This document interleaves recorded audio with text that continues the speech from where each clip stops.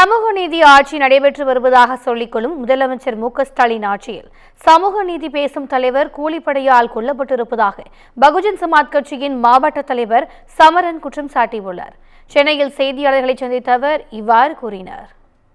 பகுஜன் சமாஜ் கட்சியினுடைய மாநில தலைவர் அண்ணன் ஆம்ஸ்டாங் அண்ணா அவரை நேற்றுக்கு கூலிப்படையை அவரை படுகொலை செஞ்சிருக்காங்க. இந்த படுகொலைக்கு பகுஜன் சமாஜ் கட்சியுடைய எல்லா தொண்டர்களுடைய மனதிலையும் ஒரு மிகப்பெரிய அதிருப்தி இருக்கு. இது ஒரு சமுதாயத்துடைய தலைவருக்கே இந்த தமிழ்நாட்டில் பாதுகாப்பு கிடையாது. இன்றைக்கு இருக்கக்கூடிய பட்டியல் சமூக தலைவர்களுக்கு யாருக்குமே பாதுகாப்பு கிடையாது. அரசியல் பேசக்கூடிய தலைவர்கள் இன்னைக்கு எல்லாரும் இங்கே இருக்கிற எல்லா இளைஞர்களும் ஒயிட் ஷர்ட் ஒயிட் பேண்ட் போட்டிருக்கோம்.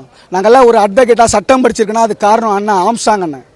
அவர் போட்ட பிச்சை தான் இந்த படிப்பெல்லாம், அவர் சொல்லி கொடுத்தது தான் இந்த படிப்பெல்லாம். இத்தனை இளைஞர்கள் எல்லாம் சட்டம் படித்தவங்க, எல்லாருமே வழக்கறிஞர்கள். ஆனால் இந்த இடத்துல இப்படியேப்பட்ட ஒரு தலைவரை அசால்ட்டாக ஒரு சமூக நீதி பேசக்கூடிய அரசு இருக்கக்கூடிய இந்த தமிழ்நாட்டில், இன்றைக்கு இருக்கக்கூடிய ஸ்டாலின் கவர்மெண்ட் நடக்கிற இந்த தமிழ்நாட்டில் அசால்ட்டாக ஸ்டாலின் தொகுதியில் ஒரு கூலிப்படையை வச்சு ஒரு சமுதாய தலைவரை வெட்டி படுகொலை செய்கிறாங்க. இதுவரைக்கும் உண்மையான குற்றவாளிகளை கைது செய்யலை. யாரோ ஒரு கண் துடைப்புக்கு ஒரு 6 பேர் சரண்டர் ஆனாங்கன்னு சொல்லி ஒரு பொய்யான அவங்க தகவலை சொல்கிறாங்க. அந்த 6 பேர் உண்மையான குற்றவாளிகளா? அவருடைய பின்னணியில் யார் இருக்காங்க? இந்த படுகொலைக்கு யார் இதுக்கு மிக முக்கிய காரணம்? அவர்களை உடனடியாக கைது செய்யணுன்றது பகுஜன் சமாஜ் கட்சியினுடைய தொண்டர்களுடைய மிக முக்கியமான கோரிக்கையாக இருக்கு.